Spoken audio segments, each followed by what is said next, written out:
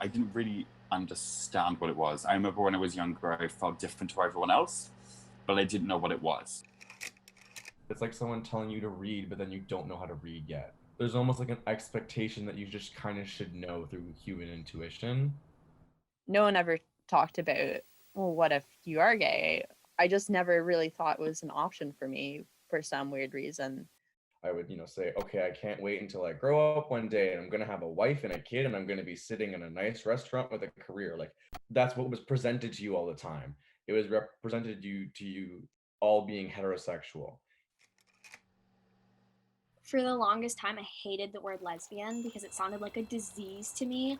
Like, honestly, I thought it was like the most disgusting word in the entire like world. Like, it sounds contagious. It's just a difficult word to say. I don't know. It's just like, it's a difficult label to put on yourself for some reason.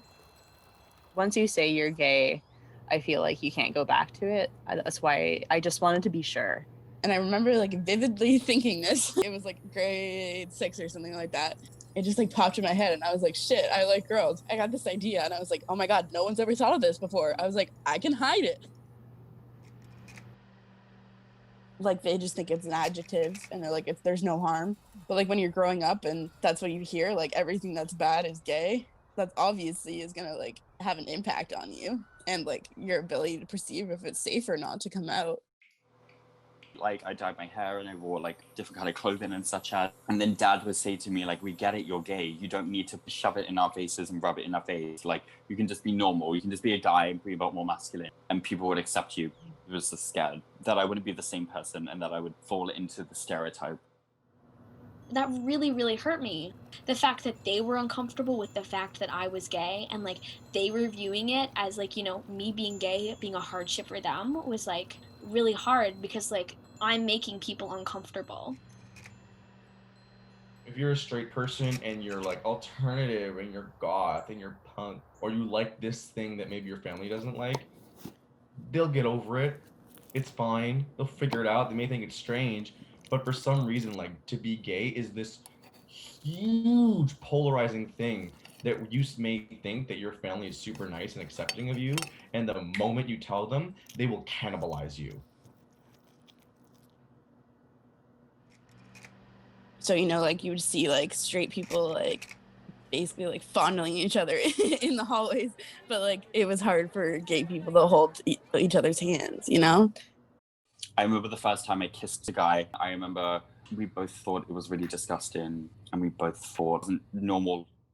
In middle school, I would like change in the dressing room or like in the bathroom while everyone was in the dressing room because I was like, I knew my attraction that I didn't want to be like creepy or like the predator. Like, because despite this being what I'm interested in, these are all very hyper masculine men who are changing next to an awkward closeted gay guy.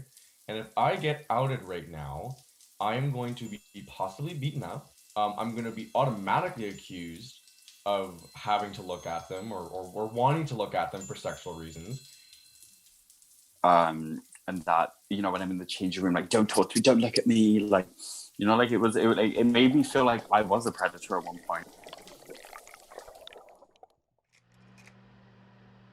Admitting that you're like, yeah, there's no chance that I'm ever going to lead any kind of heterosexual life that my family can be proud of is like an endeavor and a half.